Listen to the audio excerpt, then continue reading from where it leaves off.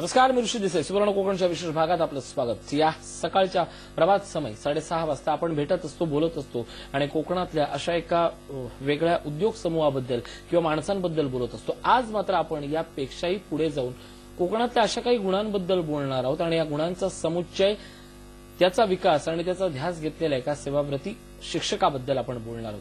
अर्थात हे सगळं वर्णन सांगत असताना मला आठवण येते ती आप्पासाहेब पटवर्धनांची, की कोकणाकडे चला, कोकणात राहून सुंदर ग्राम, आदर्श ग्राम सांगण्याची जी संकल्पना होती आणि त्या संकल्पनेतनं, त्या विचारधाऱ्यातनं काही माणसं उदयाला पावली, काही विचार जन्माला पावले, काही कार्यकर्ते आणि काही नेतृत्व घडत गेली. अशाच एका नेतृत्व गुण घडत जाणाऱ्या आणि विद्यार्थ्यांमध्ये ती क्षमता फुलवणाऱ्या एका शिक्षकाबद्दल आपण बोलणार आहोत.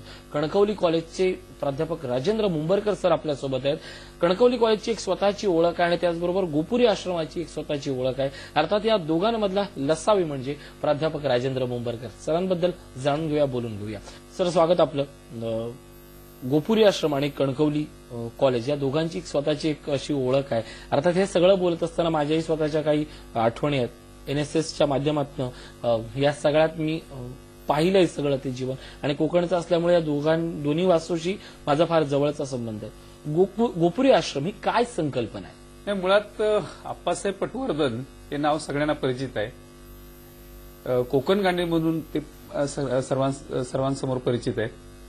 आप्पासाहेब पटवर्धन हे गांधीजींच्या बरोबर काम करताना गांधीजींनी स्वातंत्र्य आंदोलनात जसा सहभाग दिला, त्याचबरोबर स्वातंत्र्यानंतर जी गावं ओस पडली होती ती पुन्हा त्या गावांचा विकास झाला पाहिजे अशी त्यांची प्रामाणिक भूमिका होती.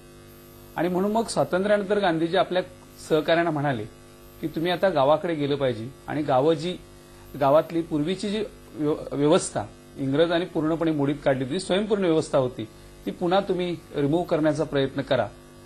हा एक संदेश घेऊन आप्पासाहेब पटवर्धनांनी कणकवलीत येऊन 1948 साली 5 मेला हा गोपुरी आश्रम निर्माण केला. आता आश्रम, आत्ताची जी आश्रमांची कल्पना आहे ती वेगळी आणि गोपुरी आश्रम हा वेगळा आहे. गोपुरी आश्रम हा विकासाच्या उद्देशाने आप्पासाहेबांनी सुरू केला की ज्याच्यामध्ये ग्रामीण भागातल्या माणसाचं आयुष्य समृद्ध होईल, त्याचं जीवन अतिशय आनंदी होईल आणि ते होत असताना तो स्वावलंबनाने ते जीवन आनंदी करेल, हा त्याच्या मागचा उद्देश होता. नक्कीच. गोपुरी आश्रमाबद्दल बोलताना आता थोडंसं उद्योजकता या विषयावर बोलूया. या सगळ्या संकल्पनेत क्लस्टर डेव्हलपमेंट हे नाव गेल्या काही दिवसात गोपुरी आश्रमाच्या माध्यमातून वारंवार कोकणवासियांसमोर येतोय. बेसिकली क्लस्टर डेव्हलपमेंट ही संकल्पना काय? नाही, कसं झालं, 2001 साली युती शासन होतं आणि त्या युती शासनाने एक कोकण विकासाचा कालबद्ध कार्यक्रम सुरू केला होता. त्याच्यामध्ये काजू प्रक्रियेचा व्यवसाय त्यांनी प्रामुख्याने निवडला होता, कारण आपल्या सिंधुदुर्ग, रत्नागिरी जिल्ह्यामध्ये काजूचे पीक चांगलं येतं. आम्ही त्याचं पहिल्यांदा प्रशिक्षण सुरू केलं आणि प्रशिक्षण सुरू केल्यानंतर पुण्याची जी राष्ट्रीय कृषी आणि ग्रामीण बँक नाबार्ड यांनी समूह विकास योजना सुरू केली होती. वेगवेगळ्या प्रकारचे समूह ते निर्माण करून त्या समूहाला वेगवेगळ्या प्रकारची अपलिपमेंट्स देऊन, मग त्याचं प्रशिक्षण असेल, मोटिवेशन असेल, कर्जाची सुविधा असेल, ती एकत्रितरित्या देऊन एक कमीत कमी 100 उद्योजक निर्माण करायचे अशी ती कल्पना होती. आणि त्याच्यातून त्या 100 उद्योजकांना सोयी ज्या आहेत त्या एकत्रित दिल्यामुळे त्यांना आणखी चांगल्या पद्धतीने त्या सोयी मिळू शकतील, या उद्देशाने हा समूह विकास कार्यक्रम सुरू झाला होता. आम्ही काजू प्रशिक्षणाचं काम सुरू केल्यानंतर पुण्याच्या राष्ट्रीय कृषी आणि ग्रामीण बँकेची सिंधुदुर्ग जिल्ह्यामध्ये त्यांच्या त्या डीडीएम नियुक्ती झाली होती आणि त्यांना हा कार्यक्रम सिंधुदुर्ग जिल्ह्यामध्ये राबवायचा होता. आणि मग ते आमच्या संस्थेपर्यंत आले आणि आम्ही असा निश्चित निर्णय घेतला की हा समूह विकास कार्यक्रम सिंधुदुर्ग जिल्ह्यासाठी काजू प्रक्रियेच्या उद्योगासाठी म्हणून राबवायचा आणि त्यातनं हा सगळा, आणि त्याच्यातून मग हा पुढचा सगळा प्रवास सुरू झाला. नक्कीच असं आहे. गेल्या काही दिवसात विशेषतः मला आठवतंय की गणेशोत्सवात मी गोपुरी आश्रमाचे मोदकचे प्रॉडक्ट्स पाहिले होते. ती संकल्पना नेमकी काय होती आणि अशा पद्धतीच्या किंवा कोकणातल्या उत्पादकांना मिळणारा ग्राहकांचा प्रतिसाद असतो तो कितपत असतो? नाही, एक आहे की काजू प्रक्रियेचा आम्ही समूह निर्माण केल्यानंतर एकतर आमच्या युवकांना आम्ही प्रशिक्षण द्यायला सुरुवात केली, त्याच्यातून त्यांचे स्वतंत्र स्वयंरोजगार निर्माण झाले. आणि झालं असं की केवळ काजू प्रक्रियेचा स्वयंरोजगार निर्माण करून त्याच्यातून त्यांना सक्सेस मिळणार नव्हतं. मग त्याच्यामध्ये व्हॅल्यू एडेड प्रॉडक्ट जर निर्माण केले तर त्यांना आणखी त्याच्यातून किंमत बऱ्यापैकी मिळणार होती. आणि दुसरं महत्वाची गोष्ट अशी होती की आमचे जे युवक आहेत ते इनोव्हेटिव्ह प्रॅक्टिसेस राबवणारे युवक आहेत. तर ते एक दिवशी असं म्हणाले की बाजारामध्ये मोदक येतो तो काजूचा असतो, आमचा गणपती आमचा आराध्य दैवत आहे आणि मग या आराध्य दैवताला तो बंडल फक्त त्याचा फ्लेवर असतो त्या मोदकामध्ये, काजू ऍक्च्युअली नसते. मग बंडल मोदक देण्यापेक्षा ओरिजिनल मोदक आमच्या गणपतीला का आपण वाहू नये, या विचारातून हा मोदक आम्ही काजूचा मोदक आम्ही तयार केला. त्याची रेसिपी सगळी गोपुरी आश्रमामध्ये विकसित करण्याचा प्रयत्न आम्ही केला आणि आज मोठ्या प्रमाणात ओरिजिनल काजूचा मोदक बाजारामध्ये चतुर्थीला येतो. नक्कीच. आता युवक हा शब्द आला म्हणून थोडंसं मी येतोय. खरं तर कणकवली कॉलेज, मालवण कॉलेज किंवा कुडाळ कॉलेज असतील, आम्ही सगळे सिंधुदुर्गाचीच मुलं व्यवसायानिमित्त मुंबईत आलो आणि बहुतांशी प्रमाणात आमच्या हे सगळ्यांचं हेच चुकतं की आपण नोकरी धंद्याच्या निमित्तानं वेगवेगळे प्रवाह शोधून मुंबई हे अंतिम लक्ष्य समजतो आणि येतो. आज कोकणातल्या तरुणानं सिंधुदुर्गात राहून किंवा रत्नागिरी, रायगड कुठेही राहून व्यवसायाच्या त्याला संधी आहेत का? नाही, कसं आहे की आम्ही ज्यावेळी हा समूह विकास योजना हा विचार ज्यावेळी आणला मनामध्ये, त्याच्या अगोदर मला एक इतिहास सांगावा लागेल. 1982 साली गिरणी कामगारांचा संप झाल्यानंतर फार मोठं सॅच्युरेशन आमच्या कोकणाला आलं आणि रोजगार बरीचशी संधी कमी झाली, मुंबईची विशेषतः. आणि मग मी असा विचार करत होतो की आपल्याकडे काजू मोठ्या प्रमाणात होत आहेत, आंबा मोठ्या प्रमाणात होतोय, तर या फळांच्यावरती प्रक्रिया जर इथे झाली ना तर तो तरुण इथल्या इथे थांबू शकेल. दुसरी महत्वाची गोष्ट म्हणजे मुंबईला राहण्याची तेवढी पुरेशी जागा नाहीये आणि म्हणून मग आम्ही हा प्रकल्प सुरू केला. आजची वस्तुस्थिती अशी आहे की आज तरुण कमी झालाय मुंबईकडे यायचा, तो तिथे राहून आता व्यवसाय शोधू लागलेला आहे. म्हणजे आम्ही 2003 साली हा समूह विकास प्रकल्प आम्ही सुरू केला, त्यावेळी 100 युवक आम्ही निवडले होते. तर त्याच्यातले 25 युवक इतके सक्सेस झाले की खूपच चांगल्या पद्धतीने सक्सेस झाले आणि आज त्याच्यातले 5 उद्योजक एवढे मोठे झाले आहेत की ते त्यावेळी 30 ते 35 किलो काजू फोडायचे दिवसाला, आज ते कमीत कमी 1000 ते 1500 किलो दिवसाला काजू फोडत आहे. आणि हा संदेश संपूर्ण जिल्ह्यामध्ये गेलाय. केवळ सिंधुदुर्गातच नाही, रत्नागिरीमध्येही गेलाय आणि महाराष्ट्रामध्ये सुद्धा आम्ही हा संदेश पोहोचवण्याचा प्रयत्न केलाय. त्यामुळे आता मुलं तिथल्या ते थांबायला लागले आणि विशेषतः शिकलेली मुलं थांबतायत, हे विशेष आहे. शिकलेली मुलं थांबतायत, इथल्या व्यवसायाला नवनवीन या गोष्टी येत आहेत. पण मला सांगा, हे सगळं करत असताना नेमक्या आणखीन कुठल्या गोष्टी या सरकारकडून या तरुणांपर्यंत पोहोचल्या पाहिजेत, किंवा तो एक सगळ्यात मोठा गैरसमज असतो की सरकार माझ्यापर्यंत येत नाही, असा जो गैरसमज आहे तो कितपत खरा आहे? तो चुकीचा आहे. सरकार आपल्यापर्यंत येणार नाही, आपण सरकारच्या पर्यंत गेलं पाहिजे. सरकारने आता ही क्लस्टर डेव्हलपमेंटची योजना इतकी चांगली योजना आहे नाबार्डची, ती योजना घेऊन जर अनेक आत्ताही क्लस्टर वेगवेगळ्या क्षेत्रामध्ये निर्माण होऊ शकतात. जसं फळ प्रक्रियेचा एक क्लस्टर जिल्ह्यामध्ये उभा राहिला होता, तोही खूप चांगला आहे, सिंधू स्फूर्ती म्हणून तोही चांगल्या पद्धतीने विकसित झाला. महत्वाची गोष्ट अशी आहे की या प्रकल्पामध्ये बँकांची भूमिका महत्वाची आहे. बँकांनी कर्ज दिलं पाहिजे. आता ते कर्ज देताना बँका, आम्ही हा ज्यावेळी प्रकल्प सुरू केला 2003 साली, त्यावेळी सुरुवातीला बँका काय करायच्या की आम्ही देतो म्हणून सांगायचे कर्ज, आमचे युवक गेले की त्यांना नाकारायचे. पण आजची स्थिती बदलली. आज बँका बिनधास्तपणे कर्ज देत आहेत, कारण या युवकांनी ते कर्ज घेतलं, व्यवस्थित धंदा केला आणि कर्ज त्यांचं रिपेमेंट केलं आणि त्याच्यामुळे आता बँका कर्ज द्यायला लागल्या, त्यावेळी देत नव्हत्या. ही एक महत्वाची भूमिका आहे. सरकारने त्यासाठी बँकांना कसं केलं पाहिजे की तुम्ही छोट्या छोट्या उद्योगांना कर्ज द्या. नक्कीच. कोकणसाठी काय कोणी करायचं किंवा कोकणसाठी मी काय केलंय, या सगळ्या राजकीय प्रश्नांचा उहापोह करा. त्यातनं अनेक सुंदर पॅकेजेस दिसतात, कोकणच्या विकासाचा कृतीबद्ध आराखडा दिसतो. पण सगळ्यात महत्वाची गोष्ट ही आहे की कोणीतरी या सगळ्या शासकीय यंत्रणेला किंवा कोणीतरी या सगळ्या आर्थिक यंत्रणेला आज समजावून सांगण्याची गरज आहे की तुम्ही अगोदर कोकण विश्वास टाका, कोकणवासीय तुमच्यावर विश्वास टाकतील. मुद्दा हा नाहीये की कुठल्या भागातनं कर्जाचं वाटप जास्त होतंय की कुठल्या भागातनं कर्जाचं वाटप होतच नाहीये. मुळात शासकीय आणि आर्थिक यंत्रणेची या भागातली गरज समजावून सांगणं आणि या सगळ्या दुवा म्हणून राजकारण्याने उभा राहणं, ही जर गरज समजावून घेतली असती तर कोकण आणखीन खऱ्या अर्थानं खूप पुढे गेला असता. याच विषयावर बोलतोय, एक छोटासा ब्रेक घेतोय. पाहत राहा सुवर्ण कोकण, सामर्थ्य कोकणाचे.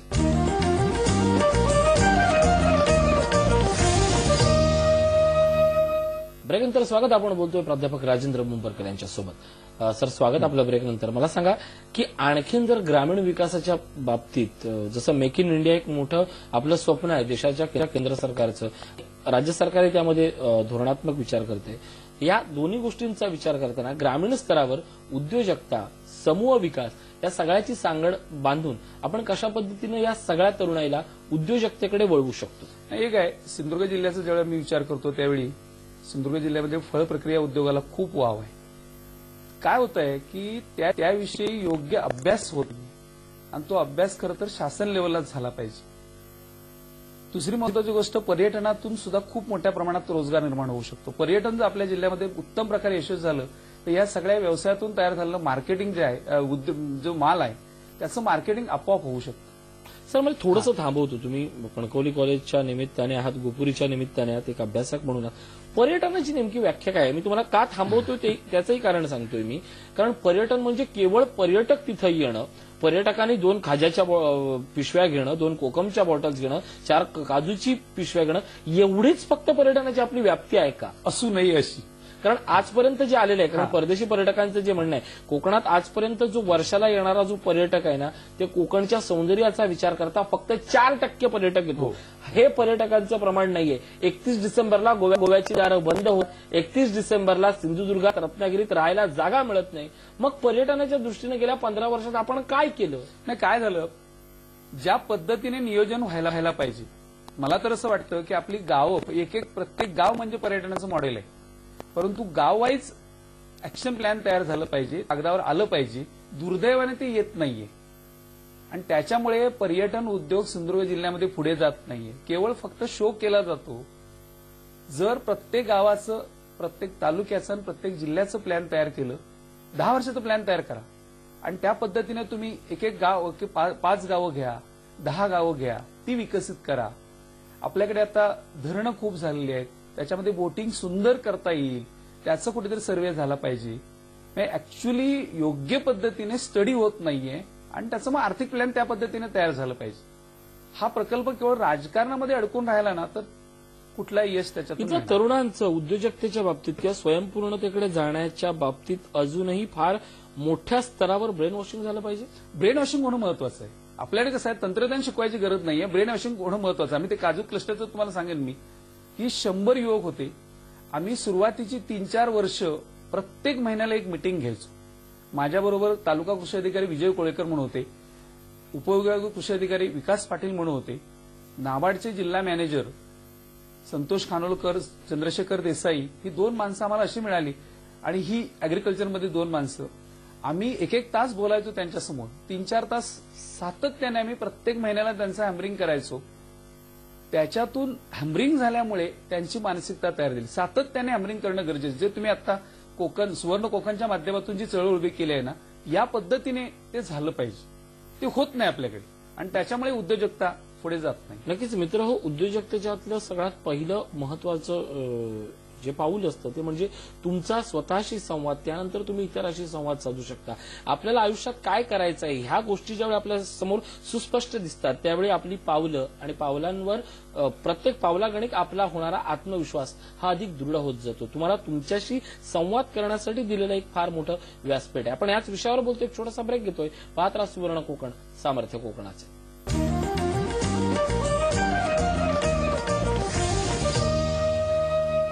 ब्रेकनंतर स्वागत. आपण बोलतोय प्राध्यापक राजेंद्र बोंबलकर यांच्यासोबत. सर, आपण कॉलेजचे शिक्षक आहात, आपण कणकवलीत आहात आणि आपण गोपुरीशी कनेक्टेड आहात. म्हणजे 3 वेगवेगळ्या प्रवाहात, तरी या सगळ्यातनं एक पॉझिटिव्ह विचार घेऊन आहात. इथल्या सगळ्या नैसर्गिक संपदेचा विचार करता अजूनही, जसं आपण पर्यटनाचं बोललो तसं अजूनही खूप उद्योगांची किंवा नैसर्गिक कृषी आधारभूत अशा उद्योगांची गरज आहे. हा शब्द मी जाणीवपूर्वक वापरतो आणि याच गरजेची फार मोठी बाजारपेठ आपली वाट बघते. अर्थात गरज, बाजारपेठ सगळ्यात, फक्त एक करणारा युवक मात्र आपल्याकडे दिसत नाहीये. एक काय होतंय की सिंधुदुर्ग जिल्ह्याचा मी ज्यावेळी विचार करतो त्यावेळी पूर्णपणे तांत्रिकदृष्ट्या प्रशिक्षण देणारी संस्था फळ प्रक्रियेच्या बाबतीत सिंधुदुर्गामध्ये नाहीये. ती होणं गरजेचं आहे. कारण आम्ही ज्यावेळी आता उत्पादनं बघतो, सगळ्यात खूप 100च्या आसपास फळ प्रक्रियेचे उद्योजक आहेत. जवळजवळ काजू प्रक्रियेचे 350च्या आसपास छोटे छोटे उद्योजक आहेत. मोठे जवळजवळ 50 इंडस्ट्री आहेत काजूच्या. काजूचं जरा बाजूला ठेवूया. फळ प्रक्रियेत ज्यावेळी आम्ही बघतो, उदाहरण कोकम सरबत घ्या. तुम्ही 10 उद्योजकांचं कोकम सरबत घेतलं त्याची चव तुम्हाला 10 प्रकारची मिळेल, कलर 10 प्रकारचा मिळेल, मसाल्याचे तेच आहे. मग याचं स्टँडर्डायझेशन कुठेतरी झालं पाहिजे. त्याची व्यवस्था सिंधुदुर्ग जिल्ह्यामध्ये होणं गरजेचं आहे. ती अद्याप झालेली नाही, हे फार मोठं दुर्दैव आहे. आणि ते जर झालं तर सिंधुदुर्ग जिल्ह्याला खूप स्कोप आहे उद्योगाच्या बाबतीत. मी या निमित्ताने एक उदाहरण सांगतो. तुम्ही ज्यावेळी राजस्थानमध्ये ज्यावेळी जाता तेव्हा त्याचं ब्रँड कोणताही असेल, गुजरात कुठलाही असेल, त्याची भुजियाची जी चव असते ती सेम राहते. दुर्दैवानं हा प्रकार आपल्याकडे सुरू झाला. आणि मी एक धोका सांगतो याच्यातला. आज स्थानिक बेकरी व्यवसाय किंवा खाजा कुणी बनवायचा हा प्रश्न अजून त्याचं उत्तर न मिळाल्यानं स्थानिक पद्धतीवरचा खाजा हा अतिशय शॉर्ट राहतो. आज बेकरीमध्ये गुजराती, राजस्थानी बांधव मोठ्या प्रमाणात आले. ते आपल्या मार्केटमध्ये स्वतःचा खाजा, जो मालवणी खाजा स्वतःची ब्रँड आहे, तो विक्रीस ठेवतात. त्यांची सगळ्यांची चव सेम राहते.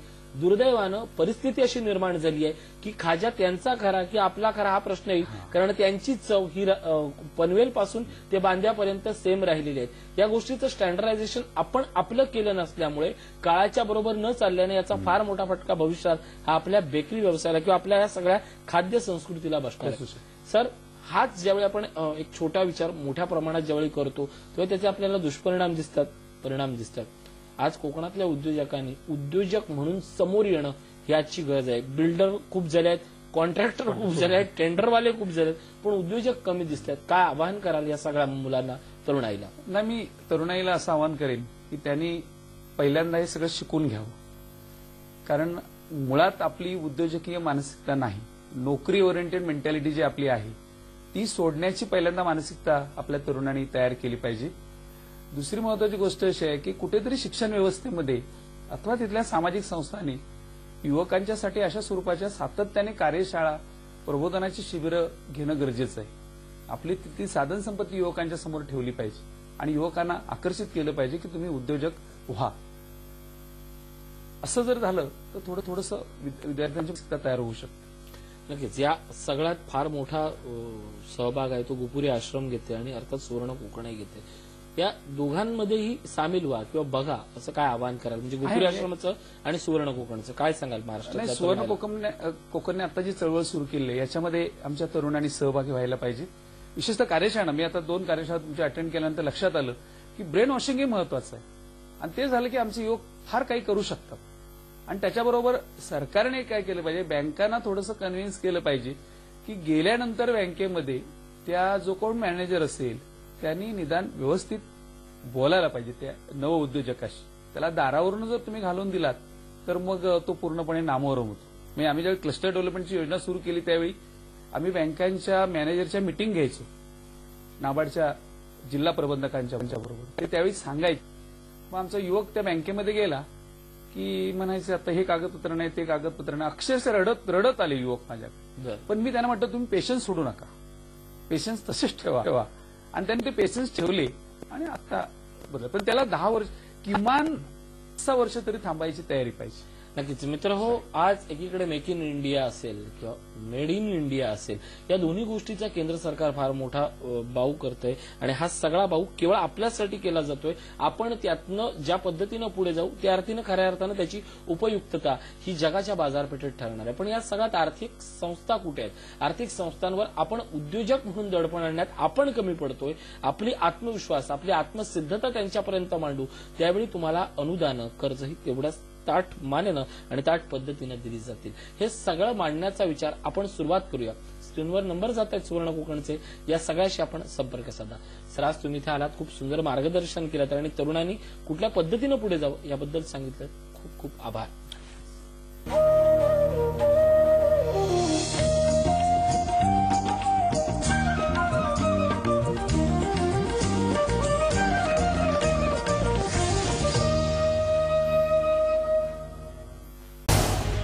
झी 24 तास रहा एक पाऊल पुढे.